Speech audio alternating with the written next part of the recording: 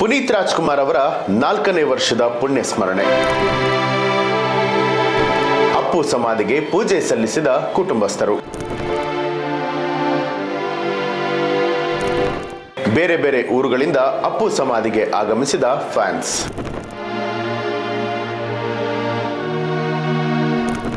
NCB times ಮೀಡಿಯಾಗೆ ಸ್ವಾಗತ. ನಾನು ದರ್ಶನ್ ಹುಣಸೂರು.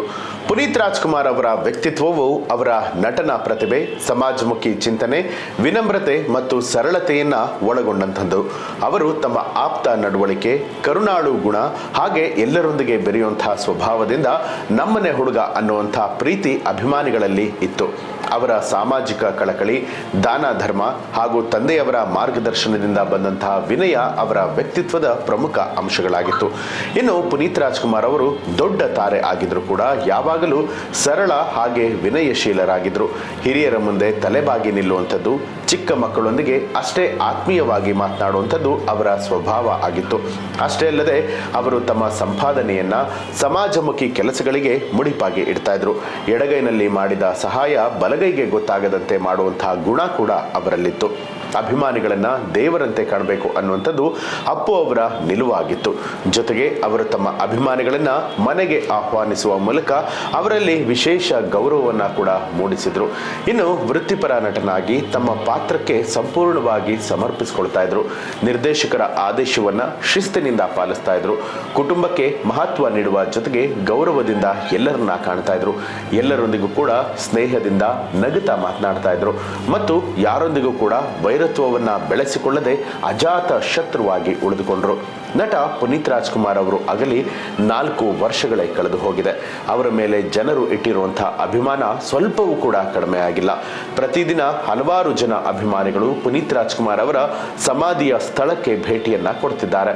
ಅವರ 4ನೇ ವರ್ಷದ ಪುಣ್ಯ ಸ್ಮರಣೆ ನಿನ್ನೆ ಅಂದ್ರೆ ಅಕ್ಟೋಬರ್ 29ನೇ ತಾರೀಕು ಕಂಠೀರವ ಸ್ಟುಡಿಯೋದಲ್ಲಿ ಪುಷ್ಪಾಲಂಕಾರದ ಮೂಲಕ ಸಂತಾಪವನ್ನ ಸೂಚಿಸಲಾಗಿತ್ತು. ಈ ಹಿನ್ನೆಲೆಯಲ್ಲಿ ಸಾವಿರಾರು ಅಭಿಮಾನಿಗಳು ಸಮಾಧಿಗೆ ನಮಿಸಿದ್ರು. ಅಪ್ಪು ಅವರಿಗೆ ಗೌರವವನ್ನ ಸಲ್ಲಿಸುವುದಕ್ಕೆ ರಾಜ್ಯದ ಬೇರೆ ಬೇರೆ ಊರುಗಳಿಂದ ಅಭಿಮಾನಿಗಳು ಬೆಂಗಳೂರಿಗೆ ಬಂದಿದ್ರು. ಪುನೀತ್ ರಾಜ್ಕುಮಾರ್ ಸಮಾಧಿಗೆ ವಿಶೇಷ ಅಲಂಕಾರವನ್ನ ಕೂಡ ಮಾಡಲಾಗಿತ್ತು.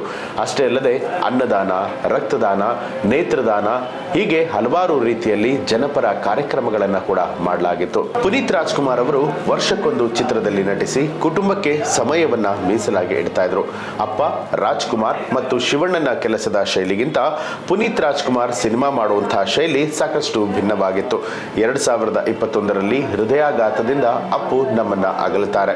ಇದು ಕನ್ನಡ ಚಿತ್ರರಂಗಕ್ಕೆ ಬಹುದೊಡ್ಡ ನಷ್ಟವನ್ನ ಉಂಟು ಮಾಡಿತ್ತು. ಪುನೀತ್ ರಾಜ್ಕುಮಾರ್ ಅವರು ವರ್ಷಕ್ಕೆ ಒಂದು ಸಿನಿಮಾ ಆದ್ರೂ ಕೊಡ್ತಾ ಇದ್ರು. ಒಂದು ಸಿನಿಮಾ ಆದ್ಮೇಲೆ ಮತ್ತೊಂದು ಸಿನಿಮಾ ಮಾಡೋದಕ್ಕೆ ಗ್ಯಾಪ್ ಕೂಡ ತೆಗೆದುಕೊಳ್ತಾ ಇದ್ರು. ಕುಟುಂಬಕ್ಕೆ ಸಮಯವನ್ನ ಕೊಡ್ತಾ ಇದ್ರು. ಈ ಬಗ್ಗೆ ಅವರೇ ಸಂದರ್ಶನ ಒಂದರಲ್ಲಿ ಮಾತನಾಡುತ್ತಾ ಇದಕ್ಕೆ ಕಾರಣ ಏನು ಅನ್ನೋದನ್ನ ಕೂಡ ವಿವರಿಸಿದ್ರು. ರಾಜ್ಕುಮಾರ್ ಅವರು ಕನ್ನಡ ಚಿತ್ರರಂಗ ಕಂಡ ಬಹುದೊಡ್ಡ ಮೇರುನಟ. ಅವರು ಹಲವು ಹಿಟ್ ಚಿತ್ರಗಳನ್ನ ಕೂಡ ಕೊಟ್ಟಿದ್ದಾರೆ.